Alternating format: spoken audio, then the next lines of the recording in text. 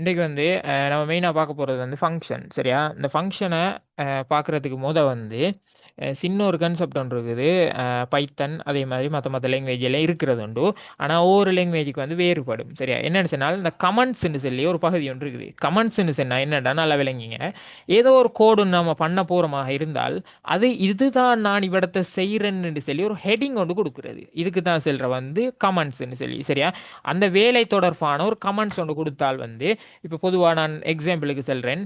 நம்ம இவிடத்தை யூசர்ட்ட ஒரு இன்புட் ஒன்று வாங்குறதுக்குரிய ஒரு கோடிங் ஒன்று செய்ய போகிறோம். அப்போ அதுக்கு மேலே இப்போ நம்ம செஞ்சால் வந்து நம்ம கோடை இம்ப்ளிமெண்ட் பண்ணினா வந்து நமக்கு விளங்கும். இதுக்கு யூசர்ட்ட இன்புட் வாங்கக்கூடிய ஒரு ப்ரோக்ராம் ஒன்று தான் நான் இவிடத்தை எழுதியிருக்கேன் சரிதானே. ஆனால் இப்போ வந்து வேறொரு யூசர் அல்லது வேறொரு ப்ரோக்ராமர் வந்து பார்க்க அவருக்கு விளங்காது உடனே. ஏன்னா நம்ம உருவாக்கினதால நமக்கு அது படும். இதுக்கு தான் எடுத்த நான் இந்த கோட் தான் கொடுத்துருக்கேன்னு சொல்லி சரியா. ஆனால் வேறொரு யூசரோ அல்லது வேறொரு ப்ரோக்ராமரோ வந்தால் அவருக்கு ஈஸியாக அது என்ன விடயம்னு சொல்லி விளங்காது தானே. அப்போ அவருக்கு அது ஈஸியாக அந்த கோட் இதைத்தான் இவடுத்த இந்த ப்ரோக்ராமர் எழுதியிருக்கார் என்று விளங்குறதுக்காக ஒரு டெம்ப்ளேட்டாக அல்லது ஒரு ஹைலைட்டாக நம்ம கொடுக்குறத வந்து கமெண்ட்ஸ்ன்னு சொல்லுவோம். அல்லது கமெண்ட்ஸில் ரெண்டு வகை இருக்குது. நான் அது ஒன்று ரெண்டையும் வந்து சொல்கிறேன். ஒன்று வந்து லைன் கமெண்ட்ஸ்னு சொல்லி, இன்னொன்று வந்து இன்டர்லைன் கமெண்ட்ஸ் அல்லது மல்டிபிள் லைன் கமெண்ட்ஸ்னு சொல்லி சொல்லுவோம் சரியா. அதில் அந்த லைன் கமெண்ட்ஸை வந்து பொதுவாக ஹைலைட்டுகளுக்காக பயன்படுத்துவோம். அதே மாதிரி அந்த மல்டிபிள் லைன் கமெண்ட்ஸை வந்து இந்த கோடி வடத்தை ரன் ஆகப்படாது இப்போவுக்கு மட்டும்ன்றதுக்காக நம்ம கொடுக்குறது உண்டாக இருக்கும் சரியா. நான் விளங்கப்படுத்துகிறேன் என்னண்டு சரியா. கமெண்ட்ஸ்னு சொன்னால் பொதுவாக இந்த ஹேஷ் குறியீட்டில் நம்ம என்ன தெளிதினாலும் இந்த ரெட்டில் வருது தானே. இதை வந்து கோடை வந்து ரன் ஆகாது சரியா. இது வந்து ரன்னே ஆகாது. என்ன நடக்கும்னு சொன்னால் இது வந்து ஹெடிங்காக தான் கணிக்கப்படும். இப்போ நான் கீழே வந்து யூசர் இந்த ஒரு இன்புட் வாங்க போகிறேனாக இருந்தால் அப்போ இன்னொரு ப்ரோக்ராமர் இதை எந்த கோடை வந்து இம்ப்ளிமெண்ட் பண்ண போகிறாரு அல்லது டெவலப் பண்ண போறாருன்னு சொன்னால் அவருக்கு அது எவ்வளத்து இருக்கிற என்னத்தை நான் ரைட் பண்ணியிருக்கேன் வேலைங்கன்னு தானே. அதுக்காக கொடுக்குறது தான் இது. நான் இவ்வளத்தை கொடுக்கேன் யூசர் இன்புட்னு சொல்லி கொடுக்கேன் சரியா. இதுக்கு ஸ்பேஸ் விட்டாலும் ஒரு பிரச்சனையும் இல்லை. யூசர் இன்புட்னு கொடுத்துட்டு நான் கீழே ஒரு இன்புட் ஒன்று வாங்கிடும் சரியா. இப்போ கீழே உள்ளதான் கோட் ரன் ஆக போகுது பாருங்க. இப்போ இன்புட் ப்ராக்கெட்டுக்குள்ளுக்கு என்டர் யுவர் நேம்னு சொல்லி கொடுக்கேன் சரிதானே. சாரி,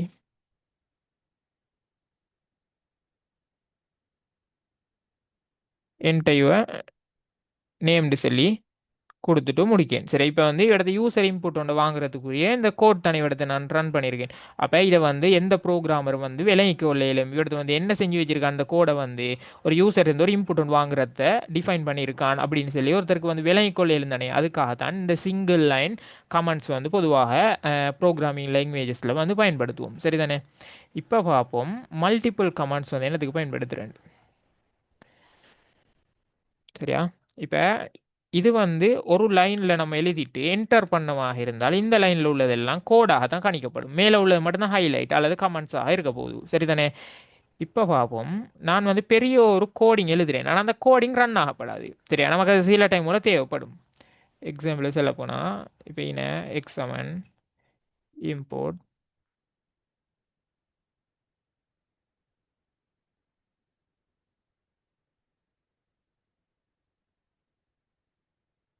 என்டர் யுவர் நேம் சரிதானே.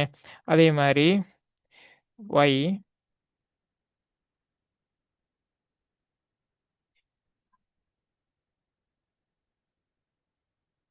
என்டர் யுவர் ஏஜ் இப்படி ஒரு கோட் கொடுத்துருக்கேன். இது ரெண்டும் எனக்கு கமெண்ட்ஸாக மாறணுமாக இருந்தால் இந்த கோட் ரெண்டுமே எனக்கு ரன் ஆகப்படாது சரி. அப்படின்னு சொன்னால் நான் முன்னுக்கு வந்து ஹேஷை கொடுத்தேன்னு சொன்னால் இந்த லைன் மட்டும்தானே கமெண்ட்ஸ் ஆக போகுது. ஆனால் எனக்கு இது ரெண்டுமே கமெண்ட்ஸ் ஆகணும் அப்படின்னு சொன்னால் நமக்கு ரெண்டு லைனுக்கும் வந்து ஹேஷ் கொடுக்கலும் சரி தானே. ஹேஷ் கொடுத்தால் ரெண்டு லைனும் கமெண்ட்டாக மாறும். அதாவது கோடில் ரன் ஆகும் அதாவது ஹைலைட் ஆகிரும்.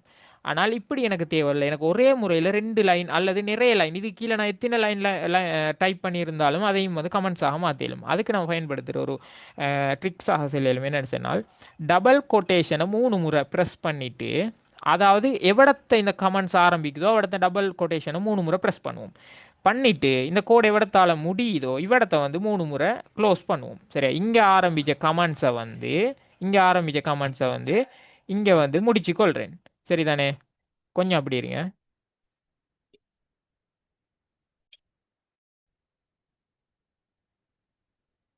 சரியா? அப்போ வந்து இந்த பிரக்கெட்டுக்குழு கொடுக்குறதுக்கு பெராமீட்டர்னு சொல்லி சொல்கிறேன். அந்த பெராமீட்டர்னா என்ன, அதுகள் பற்றின விளக்கம் நம்ம அட்வான்ஸாக பாக்கிட்ட பார்க்கோம். இப்போ வந்து ஜஸ்ட் இப்படி விளங்கிங்க. சரியா? இப்போ உங்களுக்கு தெரியும், இந்த டெஃப்க்குழுக்கு நான் கொடுத்துட்டு ஒரு ஃபங்க்ஷனுக்கு, அதாவது ஃபங்க்ஷனுக்குரிய நேம் தான் இது. இது வந்து இது ஒரு ஃபங்க்ஷன் நம்ம டிஃபைன் பண்ணியிருக்கோம். ஃபங்க்ஷன் டிஃபைன் பண்ணதுக்கு டெஃப்ன்ற கீவேர்டை பயன்படுத்துவோம். அதே மாதிரி இந்த ரூல்ன்றது வந்து ஃபங்க்ஷனோட நேம். சரியா? ஏன்னா நான் திரும்ப திரும்ப இதை யூஸ் பண்ணணுமா இருந்தால் ஃபங்க்ஷனை நேம் தெரிஞ்சால்தான் யூஸ் பண்ணலாம். இந்த ஃபங்க்ஷனை நேம் எப்படின்னு சொன்னால் நமக்கு யூஸ் பண்ண இயலும். நம்ம ஒரு வேரியபிள் எப்படி யூஸ் பண்ணுவோம், அந்த வேரியபிள் எப்படி யூஸ் பண்ணுறோமோ அதே ரூல்ஸ் தான் இது. என்ன, ஸ்பேஸ் உடையல, அது ஸ்பேஸ் உட வேண்டுமாக இருந்தால் நம்ம அண்டர் ஸ்கோர் யூஸ் பண்ணணும். அதே மாதிரி முன்னுக்கு இலக்கங்கள் யூஸ் பண்ண இயலாது, பின்னுக்கு யூஸ் பண்ண இயலும். இப்படியான வரையறை உங்களுக்கு தெரியும். ஒரு ஃபங்க்ஷனாக இந்த ஒரு வேரியபிளாக இருந்தால் என்னென்ன ரூல் இருக்கும், அந்த ரூல் படி அதை யூஸ் பண்ணினால் சரி. சரியா? இதை இது பண்ணிவிட்டு இதை வந்து நம்ம ஒரு டபுள் டோட் போட்டு நம்ம என்டர் பண்ணமாக இருந்தால், அதாவது கோலம் ஒன்று போட்டு என்டர் பண்ணமாக இருந்தால் இவரது வந்து ஒரு இன்டென்டேஷன் ஒன்று வரப்போகுது, அதாவது இடைவெளி உண்டு. இந்த இடைவெளி வந்து இது கீழே வர கோடு எல்லாம் என்ன நடக்கும், இந்த இடைவெளியோட இடைவெளிக்கு அங்கிட்டு வர கோடு எல்லாம் எதுக்கு சொந்தமாக இருக்கும்னு சொன்னால் இந்த ஃபங்க்ஷனுக்கு சொந்தமாக இருக்கும். அது நான் படிக்க தந்திருக்கு. என்னன்னு சொன்னால் இந்த இன்டென்டேஷன் கொடுக்குறது இந்த ஃபங்க்ஷனுக்கு, அல்லது இப்போ நம்ம இஃப் கண்டிஷன் ஒன்றுக்கு இடைவெளி இன்டென்டேஷன் கொடுத்து நம்ம கீழே எந்த கோடை ரன் பண்ணாலும் அது வந்து இஃப் கண்டிஷனுக்கு சொந்தமான கோடாக இருக்கும்னு சொல்லி, அதே மாதிரி இந்த ஃபங்க்ஷனுக்கு இன்டென்டேஷன் கொடுத்து நம்ம ஒரு கோடை வந்து எக்ஸிக்யூட் பண்ணுறோம் அல்லது ரைட் பண்ணுறமாக இருந்தால் இதெல்லாம் வந்து இப்போ இவிடத்தை ரைட் பண்ணுற கோடு எல்லாம் வந்து எதுக்கு சொந்தமானதாக இருக்கும், இந்த ஃபங்க்ஷனுக்கு சொந்தமானதாக இருக்கும். சரிதானே?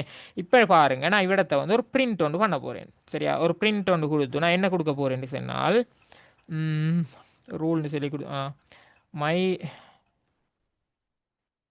My life my ரூல்ஸ்னு கொடுக்கேன். சரியா? மை லைஃப் மை ரூல்ஸ்னு சொல்லி கொடுக்கேன். சரியா? கொடுத்து இதை நான் முடிச்சிட்டேன். சரியா? இப்போ எனக்கு இந்த மை லைஃப் மை ரூல்ஸ்ன்றது இருக்குது தானே, இது எனக்கு திரும்ப திரும்ப தேவை. சரியா? திரும்ப திரும்ப எனக்கு தேவைப்படுது. இப்போ நான் ஃபங்க்ஷன் விட்டு வெளியில் வந்துட்டேன். இப்போ அந்த மை லைஃப் மை ரூல்ஸ்ன்றது எதுக்குள்ளுக்கு எழுதப்பட்டிருக்குது, நம்மட ரூலுன்ற ஃபங்க்ஷனுக்குள்ளுக்கு எழுதப்பட்டிருக்கு. ஆனால் இப்போ எனக்கு இதை வந்து எனக்கு டிஃபைன் பண்ணணும். அதாவது இதை நீங்கள் ரன் பண்ணால் பாருங்கள், எதுவும் அவுட்புட் வராது. வெயிட், என்னென்னா ஃபங்க்ஷனை கால் பண்ணலை. சரியா? கொஞ்சம் இருங்க. பாருங்கள், எதுவுமே எனக்கு அவுட்புட் வரல. கொஞ்சம் இருங்க, க்ளோஸ் பண்ணிட்டு நான் திரும்ப ரன் பண்ணி காட்டுறேன்.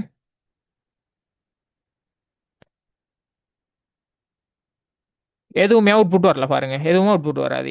இந்த ஃபங்க்ஷன் எப்போ நம்ம ஃபங்க்ஷன் எழுதினா மட்டும் போதும், இந்த ஃபங்க்ஷனை கால் பண்ணால் தான் நமக்கு அது நடக்கும். சரியா? இப்போ நான் அந்த ஃபங்க்ஷனை கால் பண்ண வேண்டுமாக இருந்தால் இந்த நேம் அப்படியே யூஸ் பண்ணி ஒரு பிரக்கெட்டை ஓப்பன் பண்ணி பிரக்கெட்டை க்ளோஸ் பண்ணினாக இருந்தால் இந்த ஃபங்க்ஷன் கால் பண்ணப்பட்டுது. அதாவது மேலே இந்த ரூலுன்ற நேமுக்கு இடைப்பட்டதாக நம்ம எழுதின இந்த கோட் வந்து இப்போ ரன் ஆகும். ஏன்னா அந்த ஃபங்க்ஷனை நான் கால் பண்ணியிருக்கேன். சரியா? இப்போ எனக்கு எவிடத்தை எல்லாம் இந்த மை லைஃப் மை ரூல்ஸ்ன்றதை பிரிண்ட் பண்ண வேண்டுமாக அந்த இப்படி ஒரு தேவை ஒன்று இருக்குதோ அவடத்தை எல்லாம் நான் இந்த ஃபங்க்ஷனை கால் பண்ணினேனாக இருந்தால், ஃபங்க்ஷன் கால் பண்ணுற இப்படி தான், ஃபங்க்ஷனை நேமை போட்டு ஒரு பிரக்கெட்டை ஓப்பன் பண்ணி பிரக்கெட்டை வந்து க்ளோஸ் பண்ணினேனாக இருந்தால் அந்த ஃபங்க்ஷன் கால் பண்ணப்பட போகுது. இல்லைங்களா?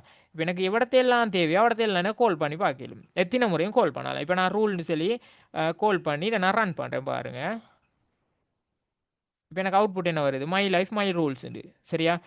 பாருங்க, இதை நான் திரும்பவும் ரன் பண்ணுறேன். இப்போ எனக்கு திரும்ப திரும்ப எனக்கு அந்த மை லைஃப் மை ரூல்ஸை நான் டைப் பண்ணிட்டு இருக்க வேண்டிய அவசியம் இல்லை. ஜஸ்ட் ரூல்னு சொல்லி போட்டு ரன் பண்ணுறேன். சரியா? திரும்ப 2 முறை வரப்போகுது. பாருங்கள், எனக்கு 3 முறை வரணுமா, இதே மாதிரி ரூல்னு போட்டு திரும்ப ரன் பண்ணுவேன். சரியா? ரன் பண்ணால் அது 3 முறை வரப்போகுது. இதுக்கு நம்ம என்ன வேணாலும் எழுதலாம். இப்போ நம்ம ப்ரோக்ராமிங்கில் பயன்படுத்தக்கூடிய அவ்வளோ கோடை நம்ம அந்த ஃபங்க்ஷனுக்குள்ளுக்கு எழுதி வச்சுட்டு நமக்கு திரும்ப திரும்ப நம்ம ரன் பண்ண வேண்டிய அவசியம், திரும்ப திரும்ப அதை எழுத வேண்டிய அவசியம் இல்லை. அதே கோடை எவ்வளவு காலம் தேவைப்படுதா, ஜஸ்ட் அதோட நேமை மட்டும், அந்த ஃபங்க்ஷனோட நேமை மட்டும் நம்ம கால் பண்ணி ஒரு பெரந்தீசிஸை ஸ்டார்ட் பண்ணி அதை க்ளோஸ் பண்ணினமாக இருந்தால், க்ளோஸ் பண்ணி என்டர் பண்ணினால் நமக்கு இது ரன் ஆகும். ஒரு ஃபங்க்ஷனுக்குள்ளுக்கும் இன்னொரு ஃபங்க்ஷன் நமக்கு டிஃபைன் பண்ண இயலும், அதாவது கால் பண்ண இயலும். விளங்கிச்சா? ஃபங்க்ஷன்டா என்னது விளங்கிச்சா உங்களுக்கு?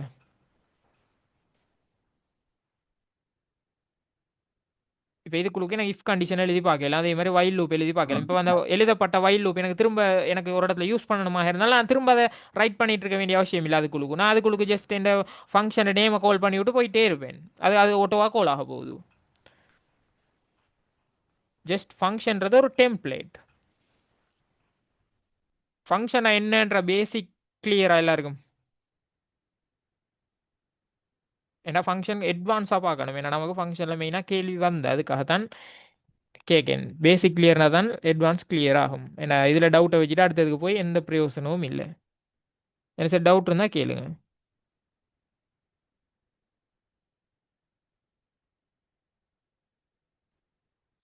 எனக்கு உண்மைக்கு சரியா இப்படி எதுவுமே சொல்லாம சைலண்டாக இருந்தா நான் உண்மை கிளாஸை க்ளோஸ் பண்ணிட்டு பேசாமல் இருந்துருவேனே. என்ன உண்மை அப்படி எரிச்சலா இருக்கு. ஒரு மனுஷன் கூட ரிப்ளை இல்லை. போங்க சார், வாங்கிட்டு வா சார்.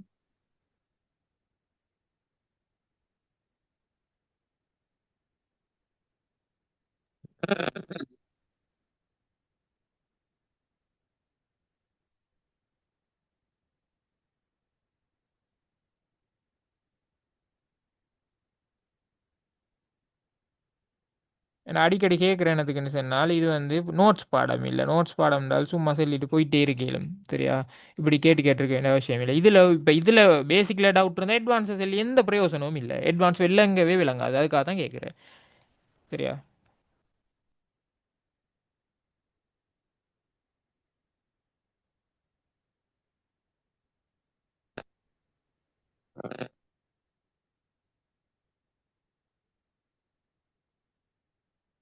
ஓகே சரியா. இப்போ பார்ப்போம். உங்களுக்கு இப்போ தெரியும் ஃபங்க்ஷன்டா பேசிக்காக என்னென்ன கன்செப்ட் இருக்கணும். அதே மாதிரி ஒரு ஃபங்க்ஷன் என்னத்துக்கு பயன்படுத்தப்படுகிறது. அதே போல் ஒரு ஃபங்க்ஷனை வந்து எப்படி கோல் பண்ணுற இது ஓகே சரிதானே. இப்போ நான் என்ன செய்ய போகிறேன்னு சொன்னால் நல்லா கவனிங்க. இப்போ தான் நம்ம ஆர்கியூமெண்ட்டுனா என்ன பெராமீட்டர்னா என்ன அப்படின்றத விளங்கிக்கிறதுக்கான ஒரு பகுதிக்கு வரப்படும் சரியா. இப்போ நான் இஃப் கண்டிஷன் உண்டா நான் ஒரு ஃபங்க்ஷனுக்குள்ளுக்கு எழுத போகிறேன் சரிதானே. இப்போ நான் இவிடத்தை போட போகிறேன். ஓட்டிங் ஓட்டிங்னு கொடுக்கேன் சரிதானே. ஓட்டிங் இல்லை செக் ஓட்டிங்னு கொடுங்க சரியா. செக்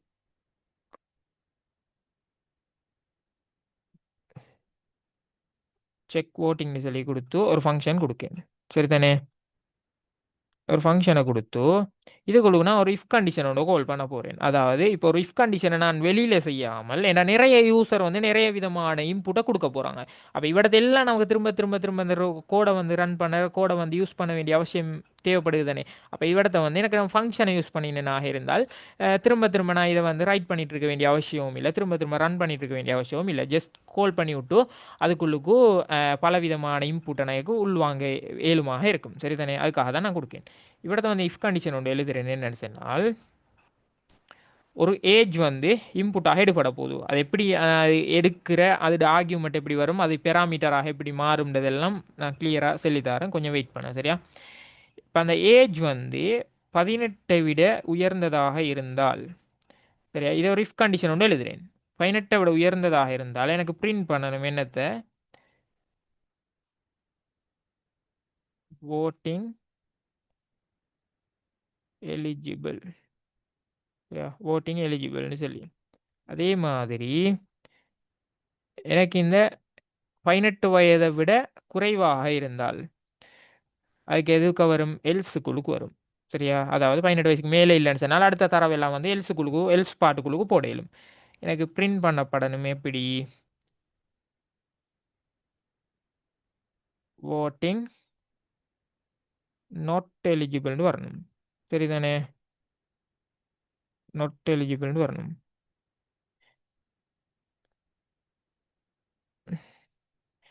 ஓகே இந்த கோடை வந்து நம்ம இப்போ இஃப்கன் இதை வந்து நம்ம எதுக்கு எழுதியிருக்கோம் ஒரு ஃபங்க்ஷனுக்குள்ளே எழுதியிருக்கோம் சரிதானே.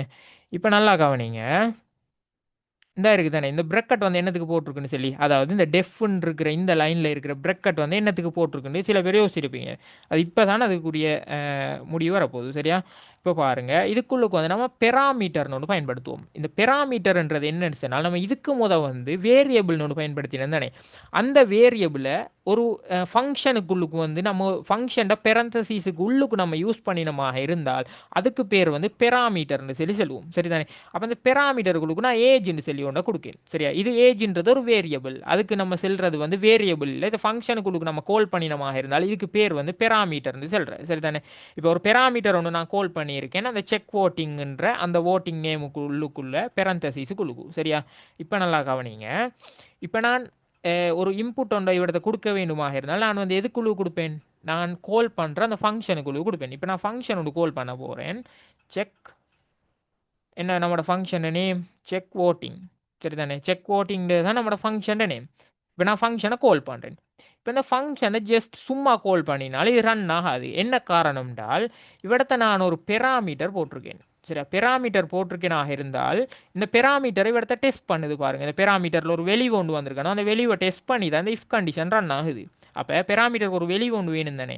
பெராமீட்டர் ஜஸ்ட் சும்மா இருக்குது. சரியா? அப்போ இந்த பெராமீட்டருக்கு வந்து ஒரு வெளிவு ஒன்று வேணுமாக இருந்தால் இந்த பெராமீட்டருக்குரிய வெளிவை நம்ம எங்கே கொடுப்போம்னு சொன்னால் நம்மளோட இந்த ஃபங்க்ஷன் கால் பண்ணுற இடத்துல கொடுப்போம். சரியா? இப்போ நான் ஏஜ் வந்து 15ன்னு கொடுக்கேன். இப்போ இதுக்கு நம்ம செல்கிற பேர் வந்து ஆர்கியூமெண்ட். இந்த இருக்குது தானே? இந்த ஃபங்க்ஷனை கால் பண்ண கிட்ட கொடுக்குற வெல்யூஸுக்கு வந்து நம்ம செல்கிற பேர் வந்து ஆர்கியூமெண்ட். இதை நல்லா குறித்து வச்சிங்க. இது சம்டைம் வந்து நம்ம வந்து பேசிக் தானே ப்ரோக்ராமிங் படிக்கும். சம்டைம் இது ஒரு கேள்வியாக வரையிலும். எப்படின்னால் ஃபங்க்ஷனில் யூஸ் பண்ணுற ஆர்கியூமெண்ட் எது, அதே மாதிரி பெராமீட்டர் எதுன்ற ஒரு கேள்வி வந்தாலும் வரையிலும். அதுக்காக குறித்து வச்சுக்கோங்க. சரியா?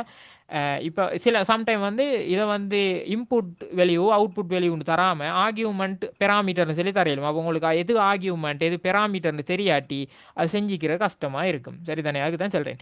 ஒரு ஃபங்க்ஷனை கால் பண்ணிக்கிட்டு அதுக்கு உள்ளுக்கு கொடுக்குற வேல்யூஸுக்கு நம்ம சொல்கிறது ஆர்கியூமெண்ட்டு. அந்த ஃபங்க்ஷன் வந்து எவ்வளத்தை டிஃபைன் பண்ணப்பட்டிருக்கோ அந்த டிஃபைன் பண்ணப்பட்ட இடத்துல நம்ம கொடுக்குற அந்த வேரியபிள்ட பேர் தான் வந்து பெராமீட்டர்னு சொல்கிறேன். சரியா? இது பெராமீட்டராக இருக்கும். இந்த ஏஜ்ன்றது அது வந்து என்னது ஒரு வேரியபிள் தானே? அப்போ வேரியபிளை நம்ம வந்து ஒரு ஃபங்க்ஷனுக்குள்ளே கால் பண்ணமாக இருந்தால் அதுக்கு செல்கிற வந்து பேர் பெராமீட்டர். அதே மாதிரி ஒரு ஃபங்க்ஷன் நேமை நம்ம கால் பண்ணிக்கிட்டு அதுக்குள்ளுக்கு கொடுக்குற வேல்யூஸுக்கு நம்ம செல்கிற பேர் வந்து என்னது? ஆர்கியூமெண்ட். சரியா? இவிடத்தை நான் ஆர்கியூமெண்ட் ஒன்றில் பாஸ் பண்ணுறேன் 15ன்னு சொல்லி. இந்த ஆர்கியூமெண்ட் என்ன தெரியுமா நடக்கும்? இப்படியே போய் இந்த பெராமீட்டருக்கு தான் இந்த வேல்யூ போகுது. அதாவது இவிடத்தை நம்ம ஆர்கியூமெண்ட்டை பாஸ் பண்ணுறோமோ அந்த ஆர்கியூமெண்ட் போய் எங்கே ஜாயின் ஆக போகுது? இந்த பெராமீட்டருக்கு கொடுக்குற வேல்யூ தானே ஆர்கியூமெண்ட். விளங்கி தானே? இப்போ இந்த ஏஜ் வந்து என்னதாக டிஃபைன் பண்ணப்பட்டிருக்குது? ஒரு 15 ஒரு ஏஜ் ஒன்று தான் நான் இன்புட்டாக கொடுத்துருக்கேன். சரியா? ஆர்கியூமெண்ட்டாக பாஸ் பண்ணியிருக்கேன். இதை நான் இப்போ ரன் பண்ணி பார்த்தா பாருங்கள் என்ன நடக்குது. voting not eligible வருது. ஏ voting not eligible வருது. நான் கொடுத்த ஏஜ் வந்து 10. இந்த ஏஜ் வந்து எவ்வளத்துக்கு போகுது? இந்த ஏஜ் வந்து இந்த ஃபங்க்ஷனுக்குள்ளுக்கு இருக்கிற இந்த பெராமீட்டருக்கு தான் சொந்தம். சரியா? இப்போ இதுக்கு சொந்தமாக இருந்தால் இந்த ஏஜ் வந்து 15ன்னு எடுத்துட்டு இப்போ இந்த ஃபங்க்ஷனுக்கு உள்ளுக்கு தானே அந்த இஃப் கண்டிஷன் எழுதியிருக்கேன். இந்த பாருங்கள் இந்த இன்டென்டேஷனுக்கு உள்ளுக்கு எழுதியிருக்கேன். இந்த இன்டென்டேஷனுக்கு உள்ளுக்கு எழுதியிருந்தால் இந்த ஃபங்க்ஷனுக்குள்ளுக்கு நான் என்ன பெராமீட்டரை நான் பாஸ் பண்ணியிருக்கேனோ அந்த பாஸ் பண்ணப்பட்ட பெராமீட்டர் தான் இவிடத்தை இந்த ஏஜாக யூஸ் பண்ணப்படுது. அப்போ இவிடத்தை டெஸ்ட் பண்ணப்படுறது வந்து அதாக தான் இருக்கும். சரியா? இது கிளியரானு சொல்லுங்கள். இது கிளியர்னு சொன்னால் இன்னும் கொஞ்சம் அட்வான்ஸாக பார்க்கலாம். அதுதான் கேட்கணும். அடுத்து நம்ம கேள்விகளும் பார்க்கணும்.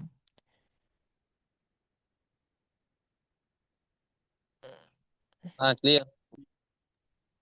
அதுல ஓகேல இதுல இப்ப நாங்க இன்புட் ஒன்று எடுக்கிறோம்டா ஆரம்பத்துல இப்ப நாங்க இன்புட் ஒன்று எடுத்தோம்னு சொன்னா இப்ப கீழால ஆர்கியூமெண்ட்ல 15 போடல தானே? இப்ப இன்புட் ஒன்று எடுத்தோம்னு சொன்னால் இப்போ வந்து ஃபங்க்ஷனை யூஸ் பண்ணினமாக இருந்தால் நீங்கள் ஒரு இன்புட் ஒன்று எடுத்தே உங்களுக்கு செய்யணும்னு சொன்னால் இதுக்குள்ளே உங்களுக்கு கொடுக்கல. இப்போ ஃபங்க்ஷனுக்குள்ளுக்கோ இவடத்தை இன்புட் வேல்யூ கொடுத்து செய்யலாம். சரியா? செஞ்சுட்டு இப்போ அந்த இன்புட் எடுத்து தான் செய்ய போகிறோம்னால நம்ம இதுக்குள்ளுக்கு ஆர்கியூமெண்ட் பாஸ் பண்ண வேண்டிய அவசியம் இல்லை. சரியா? இப்போ அவடத்தை இன்புட்டை வந்து கொடுத்துட்டு ஆனால் என்ன இன்புட்டை வச்சு கொடுத்தீங்கன்னா அந்த கோடை வந்து நீங்கள் ஒவ்வொரு முறை ரன் பண்ண வேண்டி வரும். ரன் பண்ண தான் ஒரு முறைக்கு தான் யூசர் இன்புட் கொடுப்பாரு.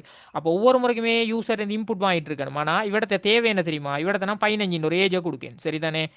இதே மாதிரி எனக்கு பல டேட்டாஸ் அதாவது பல பேரிடத்தை டெஸ்ட் பண்ணணுமாக இருந்தால் ரெண்டாவது ஒரு ஆல்டத்தையும் நான் இதே மாதிரி கொடுக்கலும். இந்த பாருங்க இதே மாதிரி கொடுத்துட்டு ரீயூசபிளுக்காக யூஸ் பண்ணுறது தானே இது. அப்போ இவிடத்தை நான் கொடுக்கேன் 20 சொல்லி ஒரு ஏஜ். அதே மாதிரி இதை நான் திரும்ப கால் பண்ணி இவிடத்தை நான் கொடுக்கேன் 12 ஒரு ஏஜ். சரியா? இப்படி எனக்கு பல பேரிடத்தை டெஸ்ட் பண்ணணுமாக இருந்தால் இது நம்ம யூஸ் பண்ணுற வந்து ஃபங்க்ஷன் ரீயூசபிளுக்கு. அப்போ ஒரு யூசர்லேருந்து ஒரு இன்புட்டை வந்து நம்ம ஃபங்க்ஷனுக்குள்ளுக்கு வாங்குற மாதிரி இருந்தால் இதோட வேலை வந்து சும்மா வேஸ்ட் தானே. ஃபங்க்ஷன் கால் பண்ணதே வேஸ்ட். ஆனால் ஃபங்க்ஷனை கால் பண்ணி செஞ்சாலும் இப்போ பாருங்கள் ஒரே ஐடியா வந்து 3 பேர்றதே நமக்கு அவுட்புட் வரப்போகுது. இந்த எவர் எலிஜிபிள் எத்தனாவது ஆள் நோட் எலிஜிபிள்ன்றது வரப்போகுது. சரியா? இப்படியான தேவைகளுக்கு தான் வந்து ஃபங்க்ஷனை கால் பண்ணி செய்கிறேன். ஃபங்க்ஷனுக்குள்ளே கோட் எழுதினாலும் வந்து கொஞ்சம் லேஸாக இருக்கும். இன்னும் ஒரு இடத்துக்கு வந்து நமக்கு தேவைப்பட்டுக்கின்ற அதை யூஸ் பண்ணிக்கலும். அந்த காரணத்துக்காக தான் யூஸ் பண்ணுறேன். இல்லைங்களா? யூசர் இன்புட் வந்து நமக்கு இதே ஃபங்க்ஷனுக்குள்ளே கால் பண்ணி செய்யலாம். ஆனால் ஃபங்க்ஷனை வெளியில் கால் பண்ணினால் ஃபங்க்ஷனுக்குள்ளுக்கு வேலை செய்யாது. அதாவது இப்போ வந்து இந்த இருக்குது தானே கொஞ்சம் இருங்க. வெயினை நான் கால் பண்ணி இவிடத்தை நான் யூஸ் இன்புட் அதாவது இன்புட் எடுத்தேனாக இருந்தால் இவிடத்தை எக்ஸ்ன்னு சொல்லி இவிடத்தை ஒரு இன்புட் ஒன்று எடுத்தேன்னு சொன்னால் இதை வந்து இவிடத்தை எனக்கு எக்ஸ்ன்னு சொல்லி யூஸ் பண்ணே இல்லாது ஃபங்க்ஷனுக்குள்ளுக்கு வேலை செய்யாது ஃபங்க்ஷனுக்குள்ளுக்கு வேலை செய்யணுமாக இருந்தால் ஃபங்க்ஷனுக்குள்ளுக்கு தான் நீங்கள் இந்த இன்புட்டை கால் பண்ணணும் இதை வந்து இந்த ஃபங்க்ஷனுக்குள்ளுக்கு கால் பண்ணீங்கன்னு சொன்னால் வேலை செய்யும் சரியா கிளியரா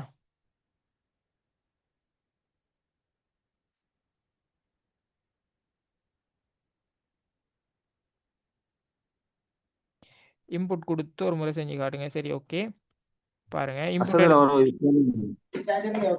ஓகேல ஏனெண்டா இப்ப கூடுதலா கேள்வியில வந்து குழம்புறேன்னு அந்த டெஃப் கண்டிஷன் போடுறது தானே.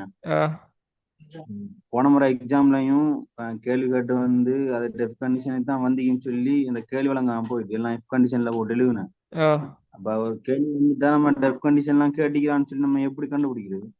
இல்லை அது வந்து இப்படி இப்போ ஒரு இடத்துலையும் வந்து ஒரு இடத்துல வந்து ஹிண்ட் தாராங்கன்னு வைங்க ஃபங்க்ஷன் மூலமாக அதாவது சார்பை பயன்படுத்தி தான் இதை வந்து இந்த கேள்வியை செய்யுங்கன்னு சொல்லி தந்து ஹிண்ட் தந்திருந்தால் வந்து அந்த கேள்வியில ஹிண்ட் தருவாங்க சரியா இப்போ பொதுவாக நமக்கு வந்து அப்படி தான் வந்து என்ன அழகா தந்திருந்தாங்க ஃபங்க்ஷனை யூஸ் பண்ணி செய்யுங்கண்டி அப்படி தந்திருந்தால் கட்டாயம் ஃபங்க்ஷனை யூஸ் பண்ணி தான் நம்ம செய்யணும் இல்லைன்னு சொன்னால் மார்க்ஸ் இல்லை சரியா ஆனால் ஃபங்க்ஷனை கால் பண்ணி செய்ய அப்படி ஒரு ஹிண்ட்டே தரலன்னு சொன்னால் நமக்கு நார்மலாக செஞ்சும் அதுக்குரிய அவுட்புட் நமக்கு சரியாக வருமாக இருந்தால் அதுக்குரிய மார்க்ஸ் நமக்கு கிடைக்கும் சரியா ஆனால் அது வந்து அவங்க ஹிண்ட் தந்துட்டாங்களா இருந்தால் கட்டாயம் வந்து நம்ம ஃபங்க்ஷன் யூஸ் பண்ணி தான் செய்யணும் இப்போ கடைசியாக வந்த கேள்விகளை நீங்கள் கேட்குறதெல்லாம் அதில் வந்து கேள்வியில் ஹிண்ட் தந்துருந்துச்சு சார்பை பயன்படுத்தி செய்யன்னு சொல்லி அந்த கேள்வியை நீங்கள் எடுத்து பாருங்க நான் காட்டவா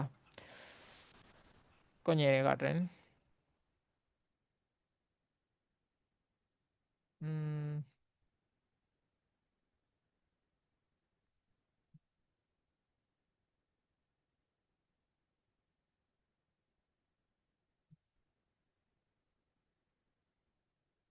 இந்த இருக்கு இதான் வந்த கேள்வி சரியா இதில் பாருங்க இந்த தந்து அணை இருக்கு விளங்குது தெரியா விளங்கு தானே இந்த பாருங்க இந்த கேள்வியில் தான் வந்திருந்தேன் இந்த அழகா தந்து தானே இருக்கு ஹிண்ட் தந்திருக்காங்க பாருங்க பைத்தன் செயல்பாட்டை அதாவது இந்த பிரக்கெட்டுகளுக்கு ஃபங்க்ஷனே தந்திருக்காங்க பைத்தன் செயல்பாட்டை எழுதுகன்னு சொல்லி தான் கேள்வி வந்திருக்கு அப்போ இப்படி ஹிண்ட் தந்தால் வந்து கட்டாயம் ஃபங்க்ஷனை யூஸ் பண்ணி தான் செய்யணும் இப்படி தரலன்னு சொன்னால் நமக்கு சும்மா பேசிக் லெவல்லையும் செய்யலாம் ஆனால் செஞ்சால் சரியான அவுட்புட் வரணும் சரியா அப்படி செஞ்சோம்னு சொன்னால் நமக்கு அதுக்குரிய மார்க்ஸ் கிடைக்கும் ஆனால் ஃபங்க்ஷனை யூஸ் பண்ண இப்போ நமக்கு படும் எப்படி பல யூசர் இன்புட்கள் வாங்கணும் அப்படின்ற ஒரு தேவை அப்படி அவங்க வந்து அந்த கேள்வியிலேயே அவங்க டிஸ்கிரைப் பண்ணிக்கிட்டே நமக்கு விளங்கிடும் இவங்க ஃபங்க்ஷனை யூஸ் பண்ண சொல்லி தானா சொல்லியிருக்காங்க அப்படின்றது விளங்கும் அப்படி இல்லைனா ஹிண்ட் தருவாங்க சரியா ஹிண்ட் தராமல் இருந்தாலும் அவங்களுக்கு அதை வெட்டே இல்லாது ஹிண்ட் தந்துட்டாங்கன்னு சொன்னால் அதுக்குரிய ஆன்சர் வந்து ஃபங்க்ஷனை யூஸ் பண்ணி மட்டும்தான் வரும் கிளியரா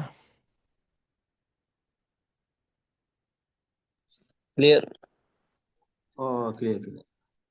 ஓகே சரியா இப்போ பார்ப்போம் நம்ம இவ்வளோ நேரம் எப்படி செஞ்சோம் ஒரு பெராமீட்டரை பாஸ் பண்ணி செஞ்சோம் சரியா ஒரு பெராமீட்டர் அதே மாதிரி ஒரு ஆர்கியூமெண்ட்டை பாஸ் பண்ணி நம்ம இந்த கேள்வியை செஞ்சோம் சரிதானே இப்போ பார்ப்போம் ரெண்டு பெராமீட்டர் அல்லது ரெண்டு ஆர்கியூமெண்ட்டுகளை பாஸ் பண்ணி எப்படி செய்கிற அப்படின்றத பார்ப்போம்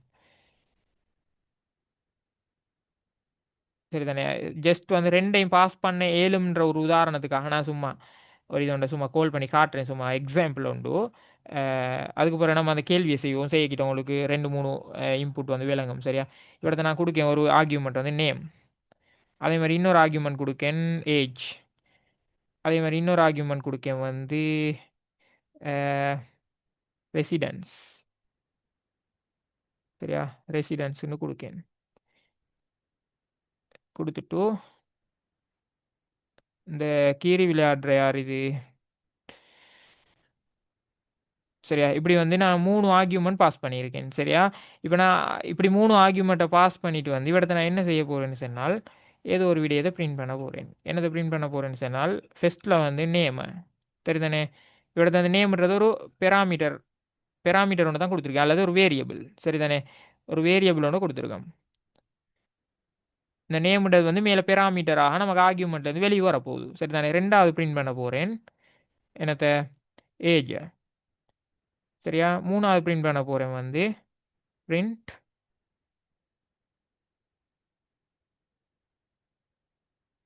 ரெசிடென்ஸ் சரியா இப்போ நான் இதுக்குரிய வெளியூகளை வந்து எங்கே கொடுப்பேன் நான் அந்த ஃபங்க்ஷனை கால் பண்ணுவேன். செக் ஓட்டிங்னு சொல்லி கால் பண்ணி இவ்விடத்தை தான் நான் இதுக்குரிய வேல்யூகளை பாஸ் பண்ண போகிறேன். இப்போ நேம்ன்றது வந்து என்னது, ஒரு ஸ்ட்ரிங் வேல்யூ. என்னது அது வந்து கேரக்டர்ஸ் அல்லது எழுத்துக்கள் மூலமாக வரப்போகுது. எழுத்துக்கள் மூலமாக வரும் ஸ்ட்ரிங் வேல்யூவை நம்ம பாஸ் பண்ண வேண்டுமாக இருந்தால் அதை நம்ம என்ன செய்ய போகிறோம், டபுள் கொட்டேஷனுக்குள்ளே தான் கொடுப்போம். இதுக்கு முதல்ல நான் ஏஜை வந்து நம்பரில் கொடுத்தேன், அதாவது டபுள் கொட்டேஷனுக்குள்ளே கொடுக்கலன்னு சொன்னால் அது வந்து இன்டீஜர் வேல்யூ. இன்டீஜர் வேல்யூக்கு நம்ம கொட்டேஷன் போட தேவையில்லை, டபுள் கொட்டேஷனோ சிங்கிள் கொட்டேஷனோ போட தேவையில்லை. விளைஞ்சா அது தெரியும் தானே. இப்போ நான் பேர் வந்து ஹஸ்மத்னு கொடுக்கேன், சரியா. கொடுத்து இப்போ வந்து ஒரு பெராமீட்டரில் கேஸ் ஒரு ஆர்கியூமெண்ட் முடிஞ்சு, சரியா. இப்போ இந்த ஆர்கியூமெண்ட், இந்த கமாக்கு முன்னுக்குள்ள ஆர்கியூமெண்ட் வந்து எங்கே போகும்னு சொன்னால் இந்த முதலாவது இதுக்கு சொந்தம், இந்த நேமுக்கு சொந்தம். விளைஞ்சா இப்போ நான் ரெண்டாவது ஆர்கியூமெண்ட்டை பாஸ் பண்ணுறேன். ரெண்டாவது ஆர்கியூமெண்ட் என்னது, ஏஜ்ன்றது 22, சரி. 22ன்றது ஜஸ்ட் வந்து நம்பர், அப்போ இன்டீஜர் வேல்யூ. இன்டீஜர் வேல்யூக்கு நான் என்ன செய்யணும், நான் வந்து இது போட தேவை, டபுள் கொட்டேஷன் போட தேவை. அப்போ இந்த ரெண்டாவது கொடுத்த இந்த ஆர்கியூமெண்ட் வந்து யாருக்கு சொந்தமாக இருக்கும், இந்த ஆர்கியூமெண்ட் இந்த ஏஜுக்கு சொந்தமாக இருக்கும், சரியா. ரெண்டாவது பெராமீட்டருக்கு சொந்தமாக இருக்கும், சரி தானே. இப்போ நான் கொடுக்க மூணாவது வந்து என்னது, மூணாவது கொடுக்க போகிறேன் வந்து ரெசிடென்ஸ், சரியா. ரெசிடென்ஸ் அதை வந்து அது வந்து எழுத்துக்களால் ஆனது. எழுத்துக்களால் ஆனதுன்னா ஸ்ட்ரிங் வேல்யூவை நம்ம டபுள் கொட்டேஷன்கள் தான் கொடுப்போம், சரியா. அப்போ அனுராதபுர, சரியா. இப்படி கொடுத்து இப்போ நான் இதை கால் பண்ணி முடிஞ்சு, சரியா. இப்போ இந்த மூணாவது கொடுத்த வேல்யூ யாருக்கு சொந்தமாக இருக்கும், இந்த மூணாவது கமாக்கு பிறகு கொடுத்தது வந்து மூணாவது பெராமீட்டருக்கு சொந்தமாக இருக்கும், மூணாவது ஆர்கியூமெண்ட், சரி தானே. இது கிளியர் தானே. இப்போ இந்த மூணும் பெராமீட்டருக்கு பாஸ் பண்ணப்பட்டு அந்த பெராமீட்டரின் ஊடாக வந்து நம்மளோட ஃபங்க்ஷனுக்கு கீழே வந்து கொடுக்கப்பட்ட அந்த பிரிண்ட் வேல்யூகளுக்குள்ள இந்த வேரியபிள்களுக்கு சொந்தமாக இருக்கும், சரி தானே. அது எப்படியும் இந்த வேரியபிள் கேஸ் உங்களுக்கு கிளியர்னு நினைக்கிறேன். இப்போ நான் இதை வந்து நான் ரன் பண்ணி பார்க்கேன், சரியா. ரன் பண்ணி பார்த்தால் அவுட்புட் வரும். Wait, okay. டபுள் இன்டென்டேஷன் போடப்பட்டிருக்கு, கொஞ்சம் இருங்க. ஓ,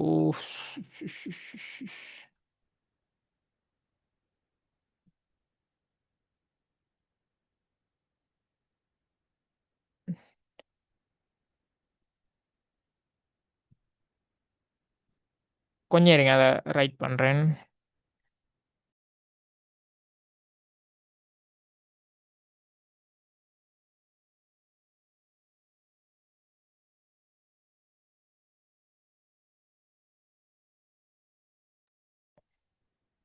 சரி, ஓகே. இப்போ வந்து பார்ப்போம் நமக்கு தரப்பட்ட அந்த கேள்விகளை, சரியா.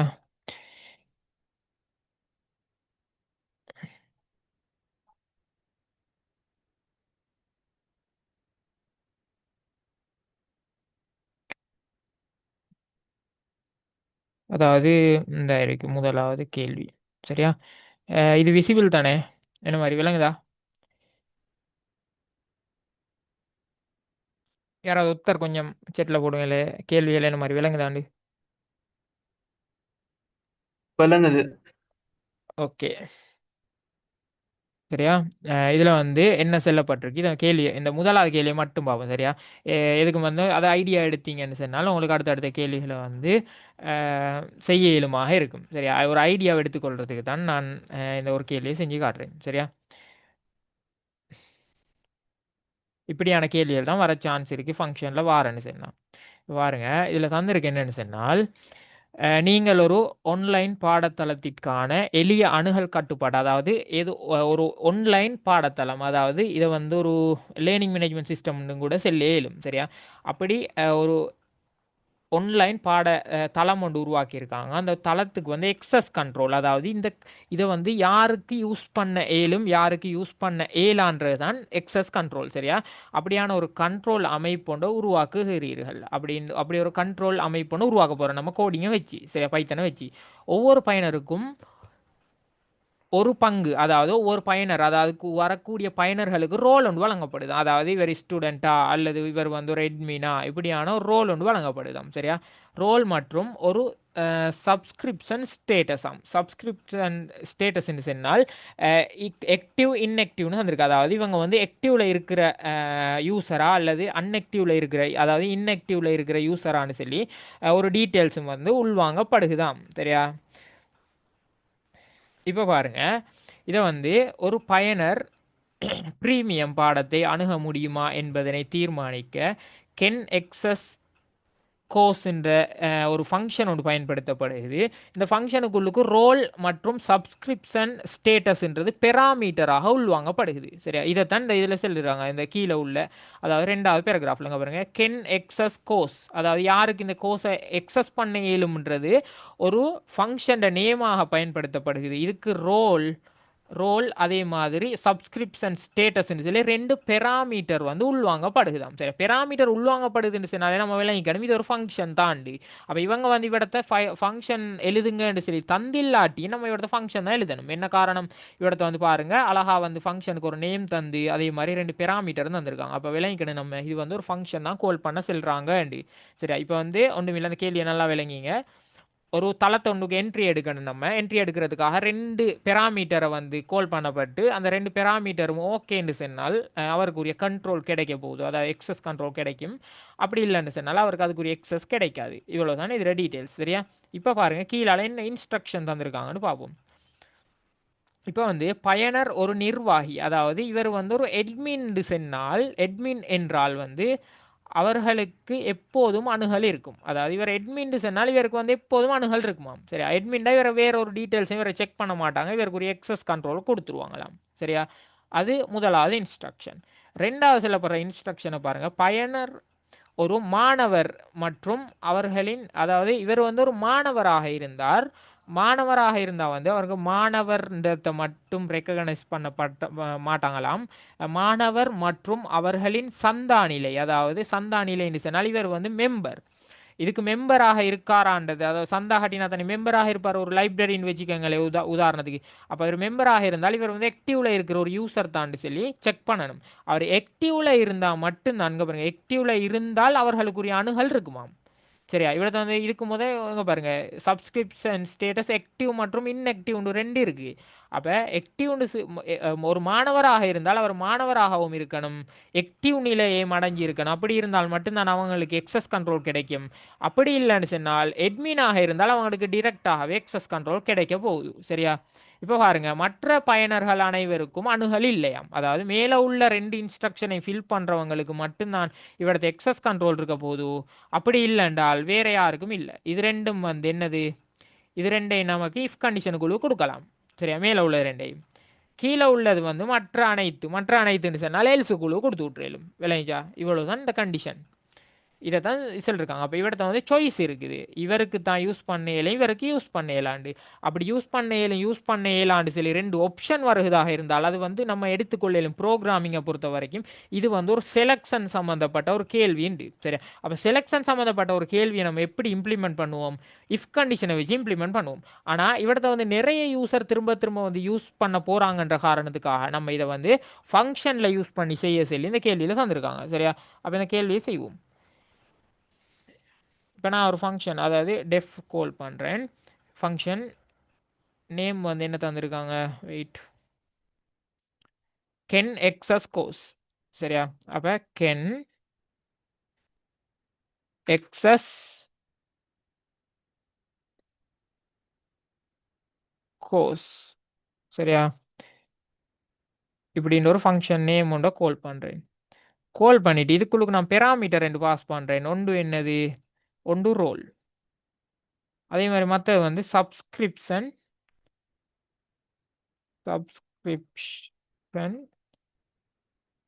ஸ்டேட்டஸ்ன்னு சொல்லி. சரியா, ஸ்டேட்டஸ். இப்படி ரெண்டு பெராமீட்டர் பாஸ் பண்ணப்படுது. சரியா,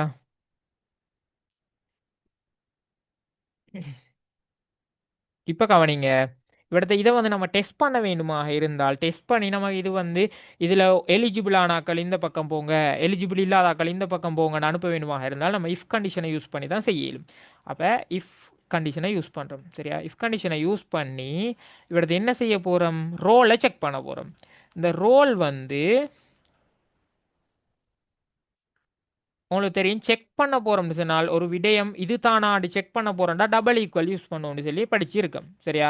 இவிடத்த மேலதிகம் அல்லது இதை விட குறைவு அப்படின்றதுக்காக நம்ம கிரேட்டர் தேன் அது லெஸ் தேன்ன்றதை யூஸ் பண்ணுவோம். அல்லது அப்படி இல்லாம இது தானாண்டு டெஸ்ட் பண்றதுக்கு எப்போ டபுள் ஈக்குவல் கொடுப்போம்னு சொல்லி படிச்சோம் சரியா. அப்ப டபுள் ஈக்குவல் கொடுத்து இவிடத்த நான் செக் பண்றேன் என்னன்னு சொன்னால் இவர் வந்து எட்மினாண்டு செக் பண்ணுறேன் சரியா. எட்மினாண்டு செக் பண்ணுறேன் சரியா. எட்மினாக இருந்தால் இவருக்கு ஒரு எக்ஸஸ் கிடைக்கும் தானே. அப்போ இது வந்து ட்ரூ சரியா. முன்னுக்குள்ள பகுதி ட்ரூவாக இருந்தால் எக்ஸஸ் கிடைக்கும்.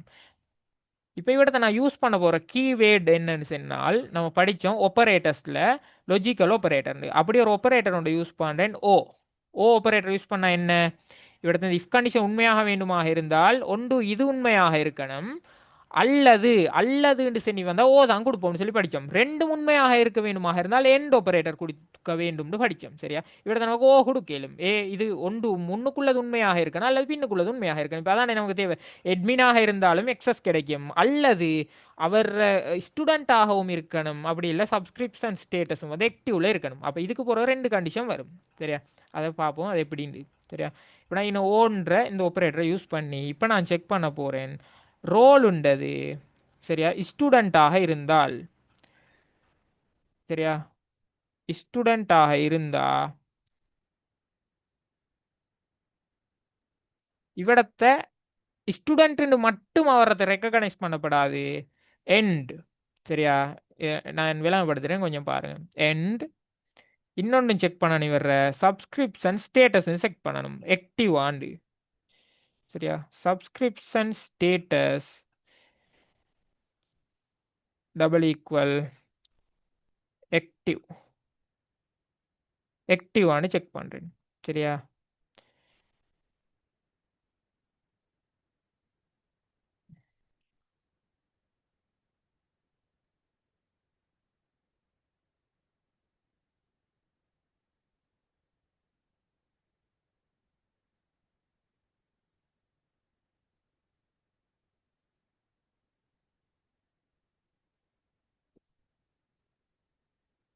வெயிட் பண்ணுங்க.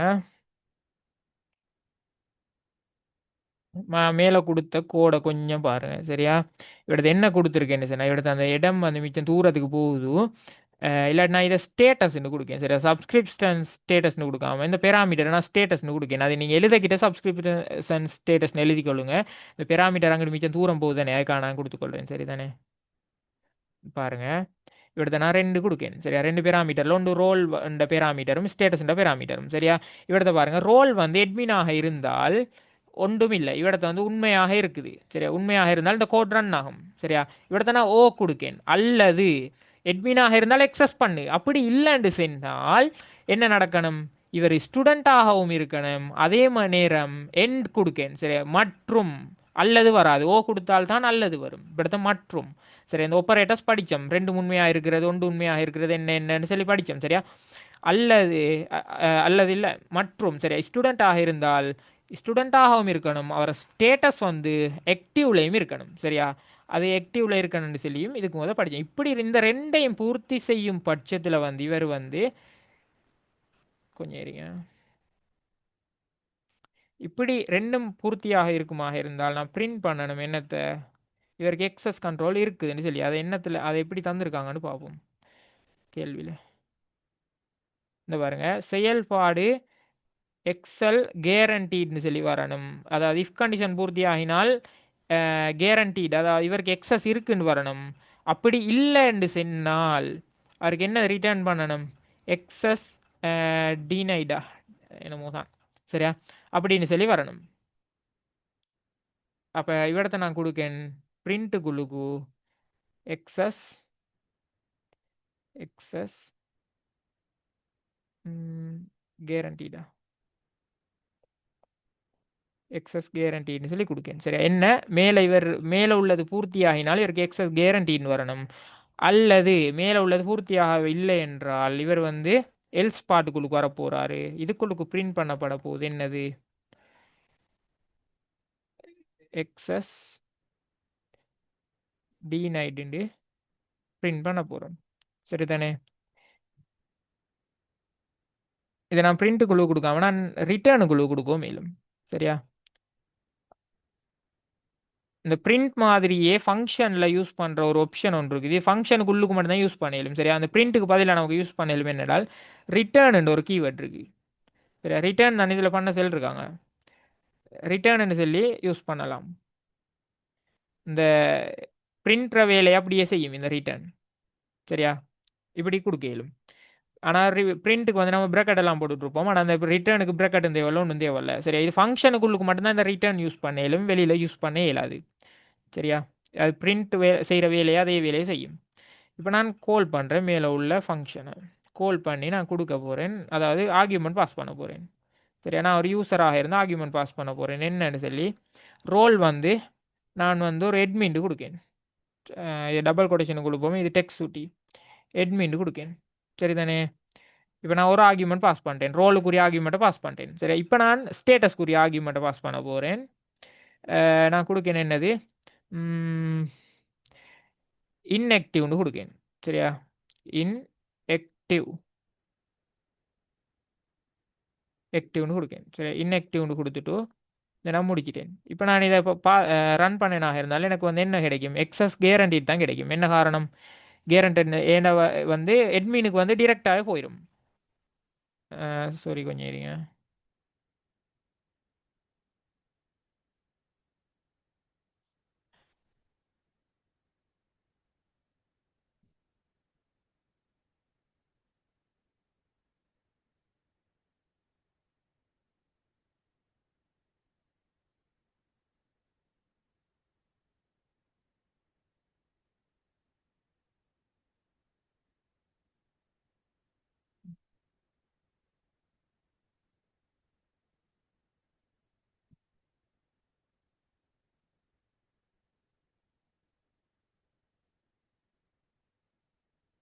பாருங்க, நான் வந்து ரிட்டர்னுக்குழு கொடுக்காம எக்ஸஸ் கேரண்டி கொடுக்கேன். ரிட்டர்னுக்குழுக்கு வந்து நம்ம வந்து என்ன கொடுப்போம்னு சொன்னால் வேரியபிள் மட்டும் தான் கொடுப்போம். சரியா, நான் ஒரு வெளியே டிரெக்டாக பாஸ் பண்ணியிருக்கேன் தானே, அதால தான் அது அதுக்குரிய அவுட்புட் வரல. உங்களுக்கு வந்து ரிட்டர்னுக்குள்ளுக்கும் உங்களுக்கு வேரியபிள் கால் பண்ணி ஏழும். சரியா, வேரியபிள் கால் பண்ணி ஏழுனா நான் எக்ஸாம்பிளுக்கு எடுத்துக்கோங்க. மேலே வந்து நான் எக்ஸ்ன்னு சொல்லி ஒரு வேரியபிளை கால் பண்ணி நான் எக்ஸஸ் கேரண்டின்னு கொடுத்துருந்தேனாக இருந்தாலும் அந்த எக்ஸை வந்து ரிட்டர்னுக்குள்ளுக்கு நான் கால் பண்ணியிருந்தேன்னா அதுக்குரிய அவுட்புட் வந்துருக்கும். சரியா, இந்த எக்ஸஸ் கேரண்டின்னு வருது. இதே நான் வந்து ஸ்டூடெண்ட்டின் இவரத்தை கொடுத்தேன்னு சொன்னால் வராது. ஸ்டூடெண்ட் வந்து ஆக்டிவ்ல இருந்தால் மட்டும்தான் எக்ஸஸ் கேரண்டின்னு வரும். இப்போ நான் ஸ்டூடெண்ட்னு கால் பண்ணினாக இருந்தால் நான் ஸ்டூடெண்ட்ஸ் சொல்லி இந்த ரோலுக்கு ஆர்கியூமெண்ட்டை பாஸ் பண்ணுறேன். இப்படி பாஸ் பண்ணும் சந்தர்ப்பத்தில் இந்த ஸ்டேட்டஸ் வந்து ஆக்டிவ்ல இருக்கணும். ஏண்டால் இவரத்தை ஸ்டூடெண்ட்டாகவும் இருக்கணும். ஸ்டூடெண்ட்டாக அவர் இருந்தால் கட்டாயம் எண்டுனா ரெண்டு உண்மையாக இருக்கணும் கட்டாயம். இவரத்தை வந்து ஆக்டிவாக இருக்கணும். ஆக்டிவாக இல்லை இது பொய்யாகும் பட்சத்தில் இந்த ப்ரோக்ராம் வந்து இஃப் கண்டிஷனை ரன் பண்ணாது, எல்ஸை தான் ரன் பண்ணும். அது உங்களுக்கு தெரியும் ஏண்டு. சரியா, இப்போ பாருங்கள் இதில் வந்து எக்ஸஸ் டினைடு தான் தருகுது, அதாவது எல்ஸுக்குரிய பாட்டை தான் ரன் பண்ணுது. என்ன காரணம் என்றால் அவர் ஸ்டூடெண்ட்டாக இருந்தால் வந்து அவர் ஸ்டேட்டஸ் வந்து இன்ஆக்டிவ்ல இருக்கே இயலாது, ஆக்டிவ்ல இருக்கணும். சரியா, இப்போ நான் பாருங்கள் இவரது ஆக்டிவ் கொடுத்தனாக இருந்தால் அவர் எக்ஸஸ் வந்து கேரண்டீடு ஆகும். பாருங்கள் இந்த இப்படி தான் வந்து இதை வந்து நான் திரும்ப திரும்ப எனக்கு செய்யலாம். இப்போ நான் ஒரு ஸ்டூடெண்ட்டாக இருந்தேன், மேலே கேரண்டீடு வாங்கிட்டேன். சரியா, இதை எனக்கு திரும்ப கால் பண்ணி பார்க்கலாம். பாருங்கள்,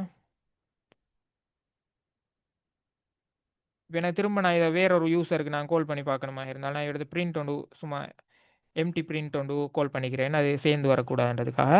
இப்போ நான் ஸ்டூடெண்ட் இங்கே இன்ஆக்டிவ் கொடுக்கேன்.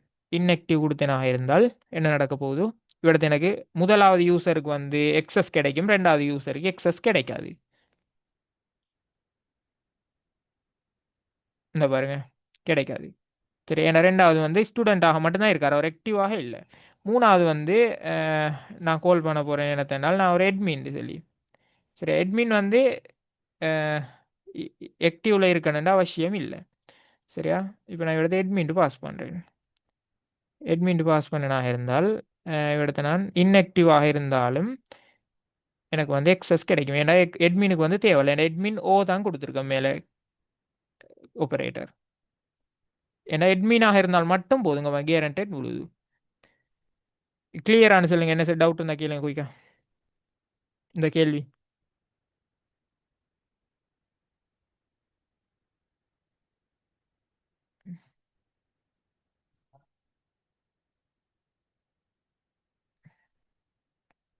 குயிக்காக அப்டேட் பண்ணுங்க. ஒன்றும் இல்லை, இவ்வளோ இருக்கிற ஆர்கியூமெண்ட் இருக்குது தானே, இந்த ஸ்டூடெண்ட்னு ஆர்கியூமெண்ட் இப்படி இந்த ரோலுக்கு போக போகுது இந்த வேல்யூ.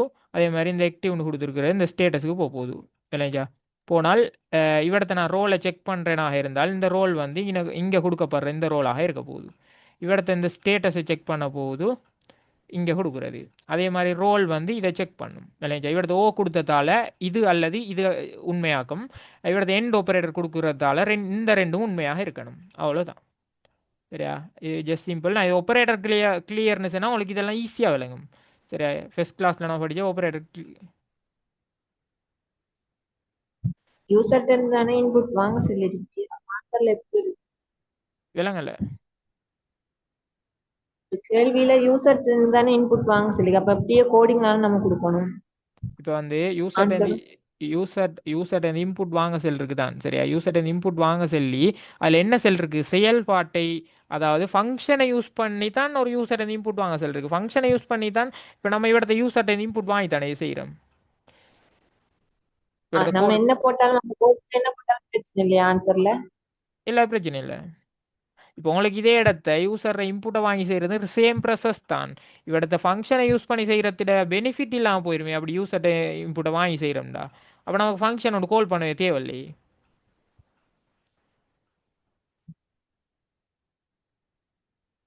விளைஞ்சா. ஓ,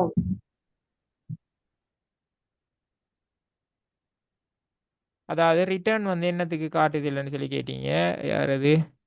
ரிட்டர்ன் வந்து இதுக்குள்ளுக்கு நான் ஒரு வேரியபிளை கால் பண்ணினாக இருந்தால் வரும். சரியா, இப்போ நான்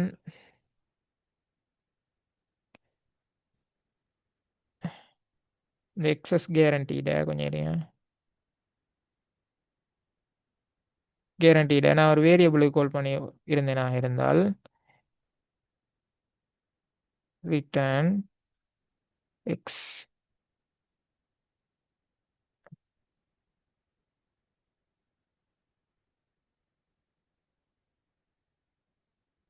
பாருங்க. ரிட்டர்ன் ரிட்டர்ன் ரிட்டர்ன் ரிட்டர்னில் சின்ன குழப்பம் ஒன்று இருக்கு. நான் கிளியர் பண்ணி நான் என்னன்னு சொல்கிறேன். சரியா, ரிட்டர்ன் பண்ண சொன்னா உங்களுக்கு பிரிண்ட் பண்ண எந்த பிழையும் இல்லை. சரியா, ரிட்டர்ன் பிரிண்ட் வந்து ஒரே வேலையை தான் செய்கிறேன். ரிட்டர்ன் வந்து ஒன்றும் இல்லை, ஆல்ரெடி இதுக்குள்ளுக்கு கால் பண்ணப்பட்ட ஒன்றை பிரிண்ட் பண்ணி பார்க்கலும்.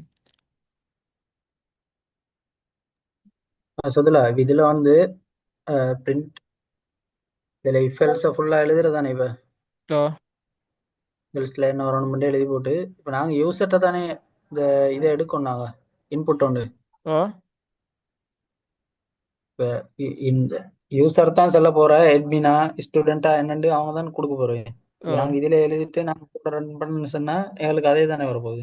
அவ்வளோ. இப்போ இப்படி தான் நான் வந்து இவிடத்த ஃபங்க்ஷன் என்னது விளங்குறதுக்காக தானே ஃபங்க்ஷனை யூஸ் பண்ணி செஞ்சு காட்டினேன். இப்போ உங்களுக்கு இவிடத்தை யூசர்ட இன்புட் வாங்கணும்னா உங்களுக்கு ஒரு பிரச்சனையும் இல்லை. சரி, நல்லா விளங்கிங்க. இப்போ ஒரு இதை படிக்க நம்ம அதை மட்டும் ஃபோக்கஸ் பண்ணப்படாது. இப்போ நான் இவிடத்தை கொடுக்க பாருங்க, எக்ஸ்ன்னு சொல்லி ஒரு இன்புட் ஒன்று வாங்குறேன், ஒரு யூசர் ஒரு இன்புட் ஒன்று வாங்குறேன்னு வைங்களே. இப்போ ஒரு இன்புட் வாங்குறேன். சரியா, இன்புட் வாங்கி இப்போ என்கிட்ட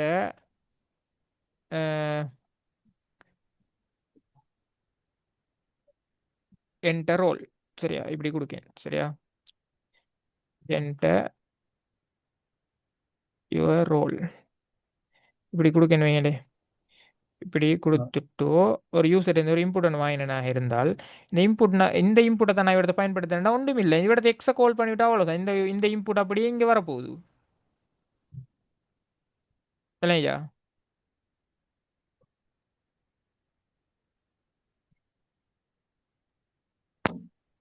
இப்ப அது ஸ்டூடெண்ட் ரோலா அட்மின் ரோலான்னு எப்படி பார்க்கணும்? எக்ஸ மட்டும் அவர் யூசர் என்னத்தை இன்புட் பண்ணுறாரோ அவர் அந்த வேல்யூ தானே வரப்போகுது அவருக்கு.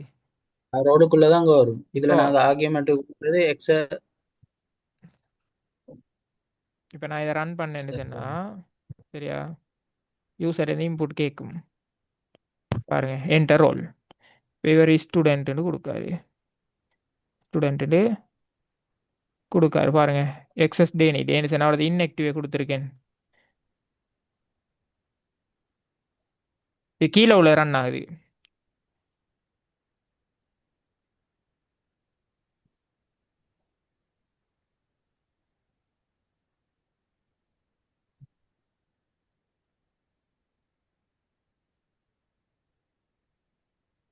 ஸ்டேட்டஸ்ல அப்ப ரெண்டும் கொடுக்கணும். ஆக்டிவ் இன்னைக்கு இல்ல.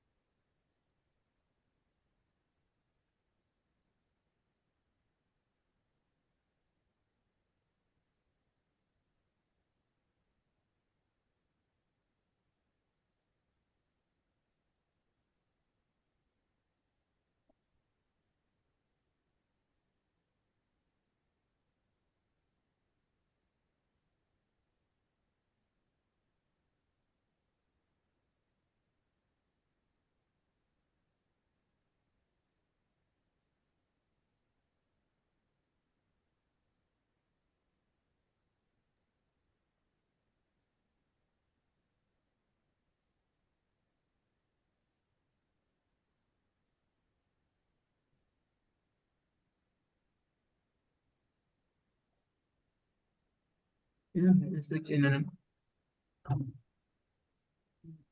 இதுதான். அது இருக்கு சொல்லுங்க. இதுல புரியல. ஆர்குமெண்ட் ஒன்றும் கொடுக்கல. இல்லை ரெண்டாவது இல்லை ஆர்குமெண்ட்ல ஒன்றும் கொடுக்கல.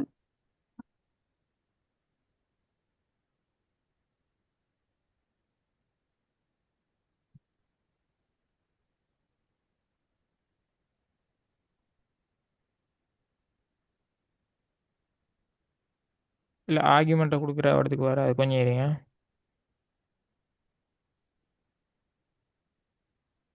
இவ்விடத்தை கொடுத்தோம்னு சொன்னால் அது ரன் ஆகும் சரியா. இப்போ ஃபங்க்ஷனுக்கு உள்ளுக்கு கொடுத்தோம்டா பாருங்க.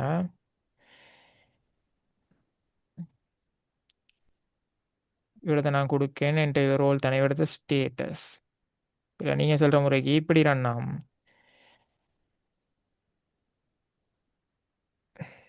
இவ்விடத்தை நான் கொடுக்கறது எல்லா ஆர்குமெண்ட் என்ன காரணம் தெரியுமா? ஆர்குமெண்ட்ல நம்ம வெளியே தானே பாஸ் பண்ணோம். இவ்விடத்தை நம்ம வெளியே பாஸ் பண்ண தேவையில்லை. நீங்கள் வந்து சொல்றீங்க எப்படி நம்ம வந்து ஒரு யூசர் இந்த இன்புட்டை வாங்க போகிறோம் சரியா. சரி யூசர் இன்புட் வாங்க போறோம்னு சொன்னா நம்ம ஆர்குமெண்ட் பாஸ் பண்ண தேவையில்லை. ஏன்னா யூசரை இன்புட் பண்ண போறாரு வெளியே. நான் வெளியே பாஸ் பண்ணுறது தானே ஆர்குமெண்ட் பயன்படுத்துகிறேன். இப்போ வந்து இதை வந்து நான் ஃபங்க்ஷனுக்குள்ள கால் பண்ணி செய்வேனாக இருந்தால் பாருங்க. கொஞ்சம் இருங்க. Role and status wait. இவிடத்தை நான் ஆர்குமெண்ட் கொடுத்துருக்கேன். இவிடத்தை அந்த பெராமீட்டர் கொடுத்துருக்கேன். இந்த பெராமீட்டர் தேவையில்லை சரியா. பெராமீட்டர் தேவையில்லை. என்ன இங்கே நம்ம ஆர்குமெண்ட் கொடுத்தால்தான் பாருங்க. இவிடத்தை நான் ஆர்குமெண்ட் கொடுத்தா தான் எனக்கு இவிடத்தை பெராமீட்டர் தேவை இல்லைஞ்சா. இங்கே ஆர்குமெண்ட் கொடுக்கலாட்டி எனக்கு பெராமீட்டர் தேவையில்லை இல்லைஞ்சா. இந்த முறையில் செஞ்சால் நமக்கு ஃபங்க்ஷனுக்கு கொடுக்குற ஒரு பெருமதி இல்லை. அதாவது சும்மா செஞ்சாலே இப்படி தான் கோட் வரப்போகுது சரியா. இப்போ பாருங்க இவிடத்தை நான் ஜஸ்ட் யூசர் இந்த இன்புட் வாங்க போகிறேன். என்டையர் ரோல் இப்போ நான் கொடுக்கேன் ஸ்டூடெண்ட் கொடுத்துட்டு என்டர் பண்ணுறேன். இப்போ ஸ்டேட்டஸ் கேட்குது. நான் கொடுக்கேன் ஆக்டிவ் கொடுத்தேனாக இருந்தால் வெயிட். இவிடத்தை நான் பிரிண்ட் பண்ணல. கொஞ்சம் இருங்க. இவிடத்தை பிரிண்ட் பண்ணல. என்ன மாற்றி பார்த்தமே. இது ரன் ஆகும் பாருங்க. எப்படின்னு சொன்னால்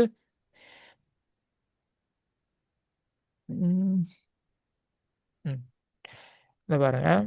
இப்படி யூசர் இந்த இன்புட் வாங்கி கொடுக்குறேன்னா உங்களுக்கு ஃபங்க்ஷனுக்கு கொடுக்க இன்புட்டை கால் பண்ணி இப்படி பண்ணலும் சரியா. இப்போ வந்து ரன் பண்ணால் கேட்குது என்ன இன்டர்வியூ ரோலை நான் கொடுக்கேன் ஸ்டூடெண்ட் சரியா. இதுதான் வந்து யூசர் இன்புட் வாங்கி செய்கிற முறை. ஆனால் இது வந்து ஃபங்க்ஷனை யூஸ் பண்ணி தான் செய்யணுன்னு எந்த அவசியமும் இல்லை சரியா. ஆனால் யூஸ் பண்ணி இப்படியும் செய்யலாம். இப்போ ஆக்டிவ் கொடுக்கேன் சரியா. ஆக்டிவ் கொடுத்தேன்னாங்க பாருங்கள் எக்ஸஸ் கேரண்டின்னு வருது சரியா. இதே சந்தர்ப்பத்தில் நான் இதை திரும்ப ரன் பண்ணுறேன் பாருங்கள். இதை ரன் பண்ணி நான் எட்மின் கொடுக்கல. கொஞ்சம் இருங்க. இவிடத்தை நான் கொடுக்கேன் என்னென்றால் ஸ்டூடெண்ட்டுனே கொடுத்து அதே மாதிரி ஸ்டேட்டஸ் வந்து இன்ஆக்டிவ்னு கொடுக்க போகிறேன் சரியா. இன்ஆக்டிவ்னு கொடுக்கலாம். கொடுத்து இப்படி என்டர் பண்ணால் எக்ஸஸ் வந்து D9ன்னு வருது. இதான் வந்து யூசர் இன்புட் வாங்கி செய்கிற முறை. ஆனால் இப்படி செய்கிறதுக்கு நமக்கு எந்த தேவையும் இல்லை. ஃபங்க்ஷனை யூஸ் பண்ணி தான் செய்யணும். விளைஞ்ச ஃபங்க்ஷன் யூஸ் பண்ணுற திரும்ப திரும்ப நம்ம ஃபங்க்ஷனுக்குள்ளுக்கு பெராமீட்டர் ஆகியோமட்டை பாஸ் பண்ணி செய்கிறதுக்காக சரியா. இப்படியும் செய்ய இயலும். இதுவும் வந்து பிழை இல்லை. இதுவும் வந்து யூசர் இன்புட் பண்ணி எடுக்கிறது தான். அதே மாதிரி ஃபங்க்ஷனும் வந்து யூசர் இன்புட் பண்ணி எடுக்கிறது தான். இப்போ ஃபங்க்ஷனை வந்து இன்புட் வேல்யூ கொடுத்து அது செய்ய இயலும். அது எப்படின்னு சொன்னால் அது ஃப்ரண்ட் எண்ட் படித்தால் அது விளங்கும். சரி, ஃப்ரண்ட் எண்ட் படிக்க கிட்ட வந்து நம்ம ஃபோம் கொடுப்போம். ஃபோமுக்கு வந்து இந்த எக்ஸஸ் கென் எக்ஸஸ் கோஸ்ன்னு இருக்குது தானே, இந்த ஃபங்க்ஷனை வந்து கனெக்ட் பண்ணிடலாம். கனெக்ட் பண்ணால் வந்து அவர் கொடுக்குறதோ ஒன்றும் இது ஆர்கியூமெண்ட்டாக பாஸ் ஆகும்.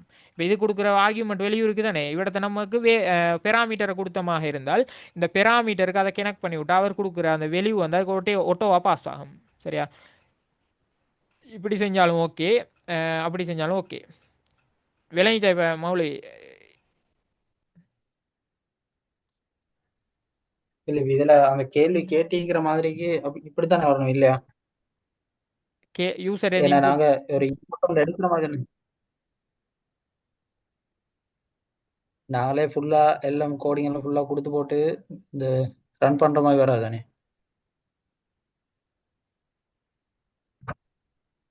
இவிடத்தை அப்படி ஒன்று தந்தே இல்லை. கொஞ்சம் காட்டுங்களேன், அப்படி யூசர் இன்புட் எடுக்கணும்னு சொல்லி நம்ம சொல்லியிருக்கேன். ஆன்சர்ல அப்படி ரன் பண்ண மாதிரி போட்டாலும் பிரச்சனை இல்லையானா கேட்கும்.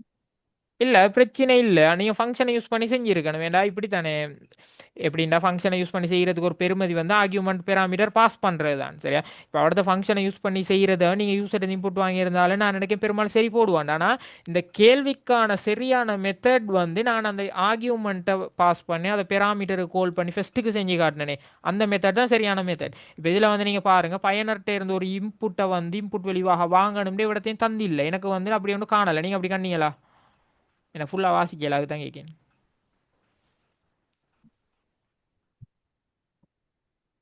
பயனர் ஒரு இன்புட்டை இப்படி இன்புட் பண்ணணுன்னு தந்திருக்கா? இல்லை தானே. இது வந்து ஒரு எட்மின்ல இருக்கிறவங்க இதை டெஸ்ட் பண்ணையிலும் தானே, ஒவ்வொருத்தர் அவர்கிட்ட கொடுத்து என்ன மாதிரி கொஞ்சம் அதை கேள்வி இந்த டவுட்டு அந்த டவுட்டை கேட்டவங்க கொஞ்சம் ரெஸ்பான்ஸ் பண்ணுங்க ப்ளீஸ். சரி சரி அசதுல இன்புட் வந்து கேட்டில்ல. இல்ல இன்புட் கேட்டிருந்தா அப்ப நீங்க இன்புட் ஆரம்பத்துல சொன்ன மாதிரி கொடுக்கல, அப்படி இல்லாட்டி இப்படி சொன்ன மாதிரி கொடுக்கலாம்.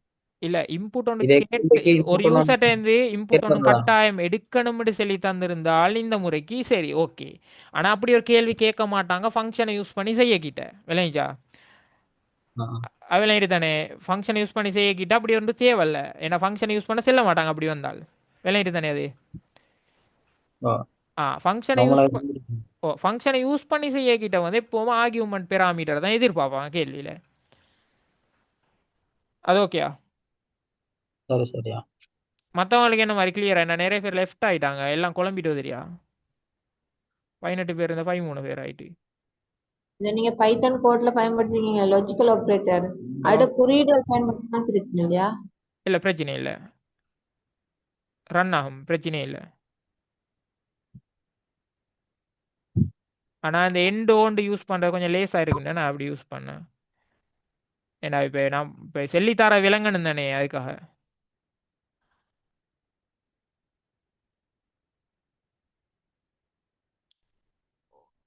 ஆனால் இது வந்து இதுக்கு சரியான முறை இல்லை. இந்த இந்த இந்த கேள்விக்கான விட வந்து நான் ஃபஸ்ட்டுக்கு சொல்லி காட்டினது தான். சரியா, ஆர்கியூமெண்ட்டை பாஸ் பண்ணி பெராமீட்டராக எடுத்து அதுக்குரிய வெளியூவை வந்து அப்படி பாஸ் பண்ணுறது தான் சரியான மெத்தட்.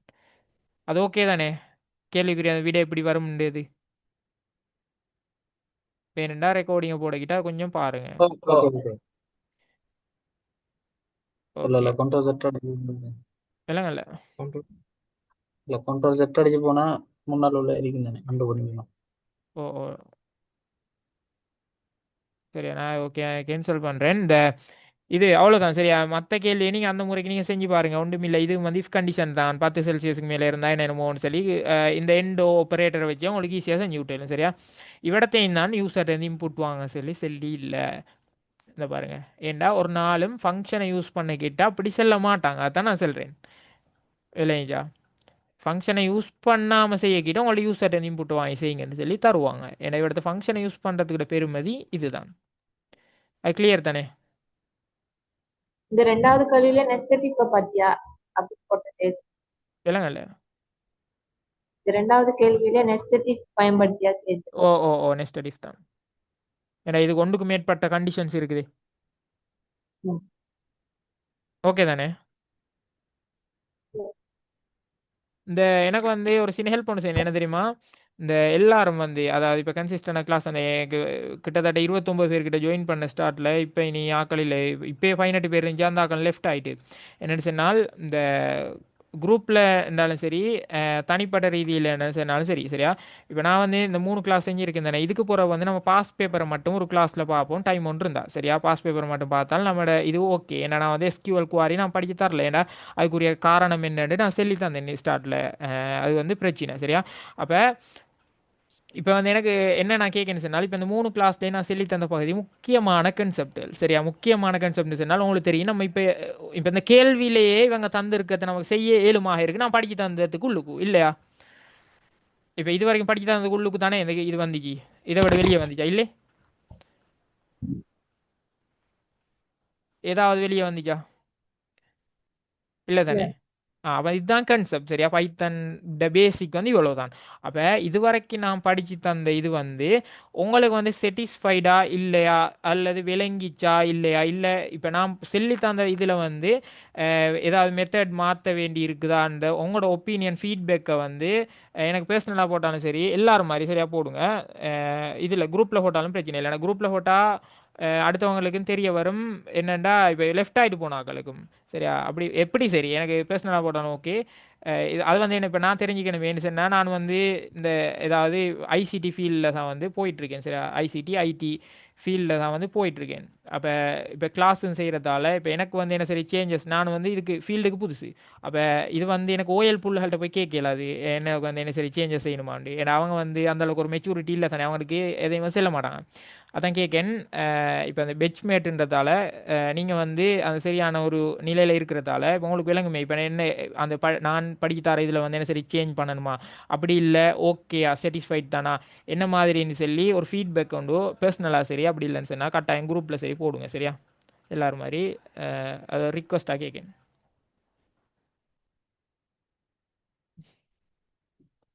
சரி அப்போ வந்து ஓகே தானே கிளாஸ் என்ன மாதிரி என்ன சார் டவுட் இருந்தால் இன்றைக்கி படிக்க தந்ததை கேளுங்க அப்படி இல்லைன்னா கிளாஸை முடிப்போம் கிளியர்னஸ்னா கிளியர்னு போடுவோம் இன்றையோட நம்ம கிளாஸ் முடியுது சரியா நான் வந்து நான் டார்கெட் பண்ண 3 கிளாஸும் வந்து முக்கியமான அந்த 3 பகுதிகள் தான் அந்த 3 பகுதிகளையும் முடிச்சிட்டோம் இன்ஷா அல்லா இனி வந்து டைம் ஒன்று கிடைச்சிச்சின்னு சொன்னால் வந்து நம்ம பாஸ் பேப்பர் பார்ப்போம் பாஸ் பேப்பரில் சும்மா பேசிக் தான் இருக்குது நான் பார்த்தேன் பொதுவாக நோட்ஸ் கேள்விகள் மாதிரிலாம் கேட்டிருந்தாங்க பாஸ் பேப்பரையும் பார்த்தா கொஞ்சம் கிளியராகுமே அப்படி பாஸ் பேப்பரையும் பார்த்துட்டு அப்படி முடிப்போம் ஆனால் இதோட வந்து என்ன டார்கெட் படிக்கி கிளாஸ் முடிஞ்சு சரி அதாவது சிலபஸில் நான் டார்கெட் பண்ண பகுதிகள் முடிஞ்சு இனி வந்து பாஸ் பேப்பரை மட்டும் பார்ப்போம் அதுக்கு டைம் மட்டும் கிடைச்சால் சரியா அப்போ கிளாஸை முடிச்சுக்கொள்கிறேன் அஸ்ஸலாமு அலைக்கும் வரஹ்மத்துல்லாஹி வபரகாத்துஹு பாரக்கல்லாஹ் ஃபீக்